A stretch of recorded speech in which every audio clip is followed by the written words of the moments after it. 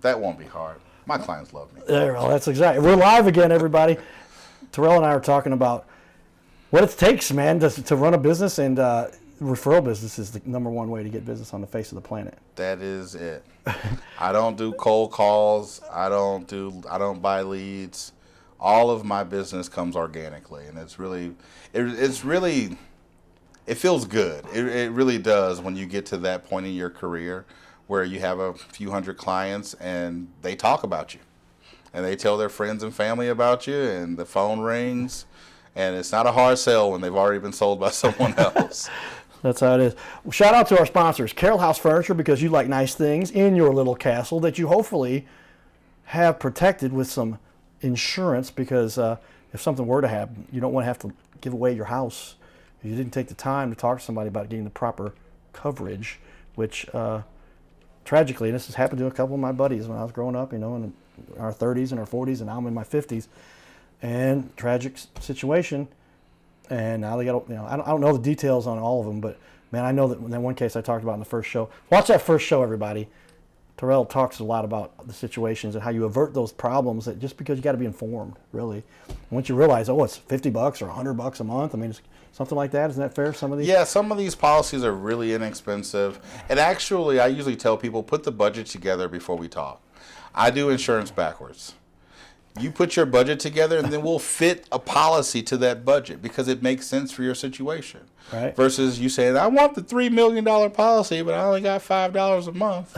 That's not going to really work, And so I try to keep it realistic for people, but also to make sure that they understand that it's a cohesive strategy. So you have a team. So your investment guy and your insurance guy all need to be working together, because a lot of times with, those end-of-life situations, we don't plan for that. No one likes to plan for going to a nursing home. No one likes to plan for end of life, and that's where people lose a lot of their assets, is at the end of their life. Sure. So on average, people spend about $120,000 on end-of-life care. That's a lot of money coming out of your estate if you don't have the proper coverages in place to avoid some of that. Let's dive in that a little bit. I've got a lot of questions here I want to ask, but specifics there. Personal, again, my situation, people close to me, having to go to a long-term care facility. How does insurance play into that? Do you need them to long-term care? Is that something else? There are long-term care policies. There are short-term care policies. There are hospital indemnities and personal protection policies. But being honest, one of the biggest things you need to do is to meet with a team, a state attorney, annuities, things that you could do, trusts, wills, to protect your family and your estate from having to put out that money. And so there are a lot of tricks to the trade, so to speak, right, as to how to avoid some of those pitfalls. But it really does start with having a solid advisor to kind of walk you through and set up. I'm a youth football coach, so I like to use a lot of football analogies, but it's having a game plan and a playbook ready, because better to be prepared. In the insurance industry, it always says better to have it and not need it than need it and not have it. But right, that's true in so many ways. Like, you don't care about the spare tire until you get a flat. Right. And then you hope that there's a spare in the back. And so it's one of those things that you don't plan on having a bad day, but you protect yourself from a bad day. And end-of-life care is one of the hugest pitfalls that people don't want to think about or plan for. Nursing homes, having to bring in someone to help assist you, things that Medicare or your insurance won't cover if you don't have a specific plan for those things. Lots to unravel here, everyone, because these are big decisions that impact a lot. Again, I'm trying to sort through some of the personal situations because I like to just share whatever. Mom, I'm not giving away any secrets, I promise. But you do want to make sure. I'll tell a personal note I'll say. My mom is 80. She looks like she's 38. Okay, how about that? Good. She's not. Good job. If I'm 53, she's at least a couple years older than me. And so 53 in 8 weeks. Now you're making me sound older. You're not even 53 yet. Give me 8 weeks. May the 8th, Harry Truman's birthday, I think is. Anyway, so at my age, when my dad went to heaven, because we know that's where he went, right? Of course, my dad was a good guy. Scholarships named after him. Fun guy, good guy, but he was smart. Didn't make a ton of money, didn't care, but he liked helping people. Sometimes where you're at, but you can make money and take care of people. Let's figure out a way to just make this planet a better place. My dad did have a little policy on him outside of a couple other things he had. This is where it gets confusing because there's so many things and options. And when you work at a company and then you leave the company, then you lose the insurance. So that's something people got to watch out for. That's a huge problem. Okay. But he did end up having a policy. And then it was nice because my mom then at one point, she drove her van. I'm like, Mom, you got some money. Get a new van. She loves her van. It was the Caravan. They don't make them anymore. She's got the new Pacifica. But she could just walk in and just go, bam, paid for. Policy that my dad had. It wasn't a huge policy, but something else. But those are the little things that can help because now she doesn't have to make a car payment every month. And she could afford it. Now she's got a nice, safe new van that's safe. It's a safe. The one she has 15 years old, I'm like, we were all telling her, we're like, Mom, spend our inheritance to get yourself something because we like our mom and we want her to stick around. But how often do people not plan for those things and then they get into that other situation we talk about? Give me those two scenarios. And the other one where, oh yeah, I've got great insurance through my work. I get this death benefit thing. I got whatever, life, whatever, term policy, whatever they got packed into that. And it's a great little benefit up until you're not with the company anymore. So oftentimes that's the number one thing I hear. And I understand because you're in a group setting. So it's going to be inexpensive, but it's while you're employed. You never know when you're going to get an email saying that your job is gone or the company is moving out of town. And it's one of those things to have something, and this is what I mean by stacking. Maybe you have a personal insurance that's going to be with you no matter what company you work for, and you can still take out the work insurance at a very low price. But it's having those protections for the unknown or being prepared for retirement, which eventually everyone plans on doing, and unless you die while working, at which point you didn't make it to retirement. So if you plan on retiring, you should have an insurance policy outside of your employer plan. Yeah, kind of a no-brainer once you understand that. Because when I did this thing for another company part-time and building up, and I was making almost as much money on the side. Now, I worked at it pretty intently. I was like wanted to be prepared because I knew about the InBev thing, like I said, about a year before most people were informed. It was kind of going around. The gal I'd been dating was in that department, so the whispers were coming around. So I started looking, and you can make a nice living because these are products that if you are educated, I had to pass a test. How many tests did you have to pass? A lot of different certifications, continuing education, all that stuff. Yes. You better know what you're talking about, or else it's going to be real clear to somebody that they can't trust you because you don't know what you're talking about. I can tell right here, everybody, Terrell knows what he's talking about. Well, actually, funny, I ran into one of my high school English teachers at Panera this past week, Breadco. We're in St. Louis. So I was at Breadco, and my teacher comes in. I haven't seen it in over 20 years, and we started talking and catching up. And I'm a different person than I was back then. I was joking with him about not always doing my homework, and being good at taking tests without doing homework. Well, in this industry, I like to do my homework. So there's very little that I show up to an appointment, and when I can tell someone what their copays are on the plan that they're on without opening up a book or reading anything, it does take my validation to a different level. Like, oh, he actually does his homework. And I think back, like my younger self wouldn't even know this guy because I like to do my homework. I don't like surprises, so I really like to get in front of things and make sure I know what's going on. And then that's the other part, being an expert in something. I don't expect for my clients to know. That's what they depend on me for. So being able to pivot in every situation and know how to plug what hole and how to move forward with their plan, it just makes it easier because I don't have to dig through a bunch of stuff and fumble around. I can triage things very quickly at this point in my career, and being in insurance as long as I have, I understand the ebbs and the flows of the industry. And my number one saying, even though I'm not allowed to put it on anything, is that there's no loyalty in insurance. And I mean that because you have to do what's best for you. And the reason why there's so many brokers out here is because if I work for one insurance company, guess what the best insurance company is? The one I work for. And right. The problem with that is that's not true every year. And so some years one company is better than another. Some years a company's prices are better than another. So being a broker, it's my job to keep up with what your options are and put them in front of you. You can pick what's best for you as long as you know what your options are. That's where you're essentially talking about being a broker gives you so many more options. The other term for that, if I'm correct, is captive agent. right? And that's where I won't say any names, but when you worked for one particular insurance company, you could only offer those products. That's all you had. You were captive and could only offer the products that they offered. Well, if there was something else you needed, they'd be like, well, let me just make this one work. No, it doesn't work like that. You either have it or you don't. And then the other thing you mentioned there, tell me if I got this right. Companies, guess what, ladies and gentlemen, insurance companies are in this to make money too. And so they have to offer things, and they raise their rates a little bit based on the storms. I know when you're talking about home insurance, but when you're talking about the death benefits and death periodic tables they've got, where what is the average life expectancy and all of the things that happen. We had some craziness happen for a couple of years ago that made all the world was going crazy. But all of those things get calculated, and every company is going back, all right, we can still cover our clients, but we still have to make enough money to stay in business. And there's a constant juggling act. You're talking about that. So a broker can say, hey, man, I got all the options for all this stuff out there, minus, you don't have every policy in the history of the planet, but you've got everything that somebody might need to fit them for their particular situation. Yeah, I work with most all the major carriers, but it's really great to be able to say, hey, this is where this company's trending. We might want to make a change.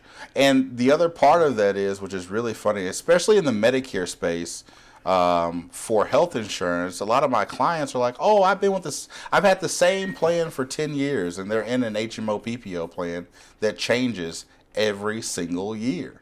And I'm like, you've been on the same plan? No, you've been with the same company. And I have to explain to them the difference between being on the same plan for 10 years or being with the same company for 10 years, because every year the plan changes for healthcare. So you're kind of just taking the ride. I kind of equate it to the carnival ride that sucks you against the wall and spins around. With Medicare, people just hold on for dear life, and they kind of take the ride because they're afraid. And so as a broker, just being able to put it in front of them and make sure that they can see it, it does really help, the process. And we talked about that a little bit. Last show, we're saying we're going to talk about the specifics with regard to, we've got two separate categories here that Terrell specializes in, life and health. I like the life side because, to me, that's the part, and the health is just as important too.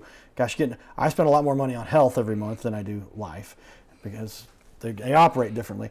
Let's start off, you tell me, which would you normally start off with somebody with? And because the health is like current, like right now, what happens if I get sick? I might deal with that more likely. I guess that's where it's more expensive oftentimes, depending on how you're doing investments and stuff with other opportunities with life. But which one do you go first with, and why do you focus on? I don't think that there's really a first or second. It's a package, and I try to look at the whole person and the whole package, because one goes in with the other. If you're spending too much for health insurance, maybe you can't afford the life insurance you want. If I can save you money over here, maybe you can move that money into a different bucket. So I see them all as being interconnected, because the household is the household.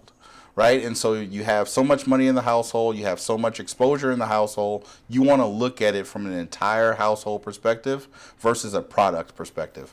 Because if someone's just selling you one product without understanding the scope of the whole thing, it's like buying pizza toppings with no crust. You need to understand what the base is. Otherwise, you're just throwing something at the wall to see what sticks. That's important. I realize the difference there, because I get concerned with the health. I know. Tell me how big of a risk this is then. If somebody says, I don't need health insurance, they're going to fix me. Because legally in America, they can't just not treat somebody, isn't that right? But they're going to fix you, but they're not going to take care of the long-term stuff. Someone is going to show up with the bill at some point, and they're going to chase you down and hound you. And the greatest part is now we have so many different coverage options, including the Affordable Care Act plans, that's income-based. There are a lot of different plans out there that are affordable. And the other problem is, just like with anything, your health insurance, your life insurance, what $60, $50 thing am I doing throughout the course of the month where I can move that money to protect myself? Do I need all the extra channels on my cable? Especially if I don't have any insurance, which is more important? And it's a priority situation. And I can't tell my clients where to put their priorities, but I can make it more affordable for them to make the decision by having the knowledge. And that's usually the hardest part is just getting them to sit down and listen to the meeting, or for them to reach out. I had a lady just tell me, my niece needs she's worried about her not having coverage, but her niece isn't worried about not having coverage. So you can't want it for them, but I really do try to say, well, let's just look at it. Because sometimes it's more affordable and it's more within reach than you thought it was. That's why you bring experts, everybody. So health insurance itself, all the variables you have, and it's depending on what kind of deductible you're willing to absorb. I'm going to put the hat on now because we're talking about the family now. So when we get to Cardinal Cowboy, last show I put the hat on, you saw that was when we were talking about doing things in the community. Thank you, Terrell, for that. When you're talking about somebody's health, they need to be protected to make sure they don't have that huge bill that wipes out all the family's resources. Like they start, I don't know if they can take your house or not, but it gets to where literally like the number one cause of bankruptcy, I've been told, is this true? Bills. Is medical bills. Yeah. And is that usually because of the lack of health insurance? Lack of coverage, improper coverage, incomplete coverage leads to those things. Okay, and so then you want to have health insurance. So if we cover that real quickly, why do I shoot certain deductibles? Why do I have certain limitations, certain networks, 80-20, 90-10, 100-0 is such thing as 100-0, but you cover another policy that covers the deductibles. How does this work so that you can make sure health insurance is taken care of? So it's so fun and crazy because there's it's like a jigsaw puzzle. There's all types of ways to put it together. In terms of having coverage, the one important thing for people to understand is the exposure and your income level. You don't want a $10,000 deductible if you don't have $10,000 in the bank. You want something more affordable, and that's where the relationship between premium and deductibles come in. And then some of the ancillary products, particularly like in the Medicare space where you have a secondary to your Medicare. So you have a primary, secondary, you have a prescription plan. And then I have a lot of clients who choose to do extra plans like, some of the other direct pay plans. There's a certain duck on TV. I'm not going to do any name dropping in this, but where they send you money for being in a situation and Sure. extra protections. So it can go as far as you want it to go. If you want a cancer policy, if you want a heart and stroke policy, there are so many things. And it's really just maximizing the budget. Not overdoing, but making sure, hey, if I got a little money I can throw at this and know I have no worries for anything that life throws at me, that's a pretty good place to be in. Yeah, because you see the situations, and I go to these fundraisers and trivia nights and all these kinds of events we put together because somebody didn't have the right insurance. Or somebody ended up with cancer, it was a child or an adult or an accident. And these are just bad situations that if they had just spent a few minutes sitting down, it's not like you need a $150,000 annual income to afford these things, right? No. What is the average? I mean, you can get a policy for somebody who makes $15,000 a year, I guess, or even any income level you can find something. And the best part about my job is my services are free of charge to an individual. I don't charge commission fees to anyone to meet with me. I don't charge anything at all. All of the companies I represent pay me. So it's free advice to you, but it's very valuable advice that you get when you sit down with me. Good to know, and that's what we want to help people to learn about. Glance here at the website. This will launch here in a day or two. We've got lots of good information out there, but you can see if you go to terrelllane.com, you will be able to get lots of information to get a free quote. The phone number right there, clickable and dialable right to Terrell, and some testimonials that will be live here because I saw a lot of people had a lot of good things to say about you, but all great. You need websites these days because you got to get that information out there for people, and they got to be able to find it easily. And Terrell does a great job, so we wanted to share some of what he's doing and putting that together. So you can see the website there. Terrell. So there's 3 L's. We call it triple L. We were talking about what domain name do you think is a good one for what you can do here to help make it easy for people to find you. terrelllane.com. That's TerrelLLANE.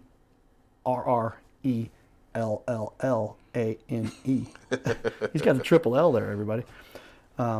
For life, love, and liberty. How about that? So the things that you need I don't know how many times I've dealt with it, and I'm getting emotional, but when you get people who don't have the proper coverage, and it wasn't something they needed to spend $400 a week on, something that would cost them $75 a month sometimes, or less, or more, depending what, and then get the proper Usually half of what your cable bill is. You can get really good coverage. Not saying that TV's not important. That's how you guys are watching us now.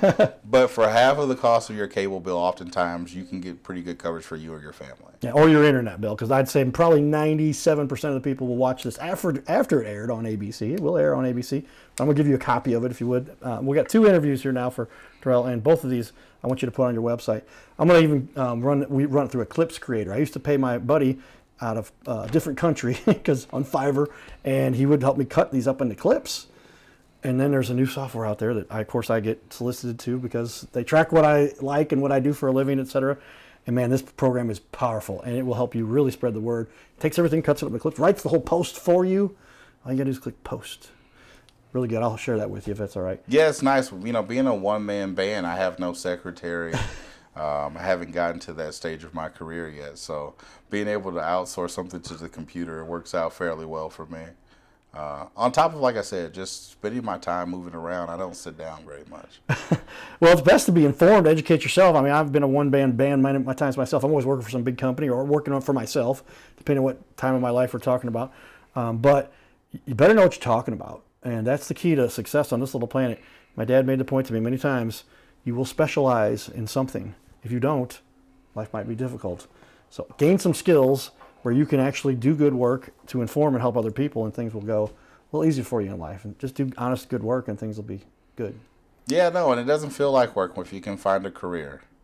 You know, that's why I still do Saturdays. There we go. If you need to meet Terrell on Saturday, you'll do that. Yeah, same here, guy. Sometimes we meet people at 4 o'clock at night, 10 o'clock at night. Depends when they need to do their little interview with us. Give me a couple. Well, we talked a little bit about what's the biggest mistake that somebody does make. Is it that just not avoidance is the biggest mistake. The biggest mistake in insurance is just avoiding it altogether because they don't understand it, or they don't want to get into it, or they don't know who to trust. And so oftentimes people just avoid it and hope for the best. And unfortunately, that's the biggest mistake that people make. Do not avoid this, everybody, because I've just had it happen too many times, and I'm 53, so 52 in 50 weeks, but 48 weeks, whatever, 46 weeks. I always so detailed, sometimes it annoys me. But you got to be accurate, got to know what you're talking about, but be prepared too. And so how often is it people just, man, it's hitting me now. I'm thinking about the people that I've lost, friends, and a couple of situations where I knew they just didn't have the right coverage. And I wasn't a big insurance guy. I just knew my dad had accounted for me as a kid, saying, hey, you need to make sure you got enough. Buy the service contracts on the electronics. We did that too, because especially on computers, especially back in the day, you buy a $4,000 computer, they were upgrading your computer for you back in the day. Now they're not upgrading your computer, they're saving your life, which might be well, worse. having a warranty on something is important. And having a warranty on your life as much as possible would not be a bad idea. It can't bring you back, but we can definitely make sure that your family is able to take care of what they need to in your absence. Think about who it was. I said, well, they didn't have life insurance. Well, it's kind of like almost a shot at whoever didn't have it. Like, what were they doing? They weren't being responsible. And they need to be a responsible adult. And when you're gone, hopefully you're in heaven, but they get heaven, they're going, hey, he took care of his family. She took care of his family. Well, I tell my clients that's the last thing that your family is going to remember you for, is what plan you had in place for them when you were no longer here. And if it's a disaster, people will remember that, and they're going to associate that with you. And if it's smooth sailing, they're also going to remember that and associate that with you. Yeah, and it's just what kind of legacy do you want to leave, and how often is that the case? Technology changes the way things are done. Is it pretty easy now? So people just sign up. You got your iPad, or how do you do it? Nuts. When I first started in this business, especially for Medicare, there's always paper applications, everything. Right. Now I can send you a text message. You can sign your application on your phone. I can quote you something and shoot you an email. You go in, sign it. Policy starts the same day. Like, technology has definitely changed, not how I do business overall in terms of my approach, but it has changed the mechanisms as to how I'm able to submit business and also make it convenient for people. No one likes to have a long appointment if they can just say, hey, 30-minute call, this is what I want, shoot me over some numbers, I'll tell you which one I want, done. Now, I like to know my clients because that's how I give you the best advice, is sitting down and having a conversation with you. But I have some people that call me, they know what they want, they just want it, and they don't want to talk. They just want me to set it up for them. And as a broker, that's what I do. So you can make it easy. So that was the next question. I got a couple things. We got just a couple minutes left, 4 minutes left. If somebody says, Cowboy, I watched your show, and that Terrell guy knows his stuff, how would somebody start the process to work with you? Well, by calling me at the number on the screen there, reaching out, contacting me via email, via the website. And I have an office that I work out of, but oftentimes these are kitchen table discussions. And so I come to your house and we sit down at the kitchen table to discuss it. And unfortunately, people don't like dragging all their prescriptions out of the house sometimes. So it's a little bit easier for us to do it at the house. But I meet my clients wherever it's convenient for them, and I work with them in the way that they want, be it technology or no technology at all. I don't mess with it. I need you to come over, talk to me, and take care of it. Well, that's how you do it. You've mentioned a couple times that you've really helped somebody, but can you give me another situation? Just explain to me something where you knew. I think that was the first show, but another example, or kind of expound upon. But situations where somebody did make the right decision because you gave them the right advice and it came out well for them, whether that was a health issue or a life issue, and you were just happy to be able to say, sad situation, but here's a check, or in health, the same kind of thing. Wow, they would have out $20,000 out of their pocket, except you made sure that they were taken care of. Yeah, Can't name names, of course. But. No, of course, no. I'm bound by HIPAA and all types of rules. But actually, I had a buddy, and his dad was really big on, I don't need any insurance. I'll get around to it. And we discussed everything. We talked. I was able to convince him, not forcefully, because I'm very passive sometimes, but I'm like, we can meet whenever you're ready. But he finally had it. He wanted to do it, and he set up a policy, and he ended up passing away a couple years later. And I just looked at the situation like I was glad that we were able to convince him to sit down and do the policy because it helped pay for his final expenses for his family. And so for me, being a personal, close thing, and sometimes those are the hardest ones because some nuts are harder to crack than others, but he was pretty stubborn. But it was one of those moments for me where it's like at least he was able to see the vision for protecting his family. And if it took a couple years to get him there, fine, but 2 years before he passed away, he had insurance. That is the truth, and that's how you want to make sure to do these things and take them seriously. I love talking to every type of different type of business owners. Because business is what makes the world go round. If you analyze where the charitable donations come from, where the employment comes from, business really does make the world go round. But you got to always find those people who are kind of a step above, the ones that are running it, the ones making decisions, the ones that actually go to people's house and sit down with somebody and say, hey, make sure and take care of your family. Because if you're not taking care of your family, who are you taking care of? And that's something you definitely want to make sure that you are on top of. As we finish up here, tell me what would be the number one thing you would leave people with to say, here's something you definitely need to be certain of. Or call me if you have this kind of question. What would you say somebody should definitely be in charge of? The one thing is that I would leave with everyone is you can do what's best for you if you know your options, but you can't know your options if you don't actually seek them out. And so by calling me, by sitting down with me, at least you can know what's available to you. And then at that point, you can pick what makes the most sense for your family. An expert here, everybody. Terrell Lane, insurance advisor, terrelllane.com. Get a hold of him. Get up.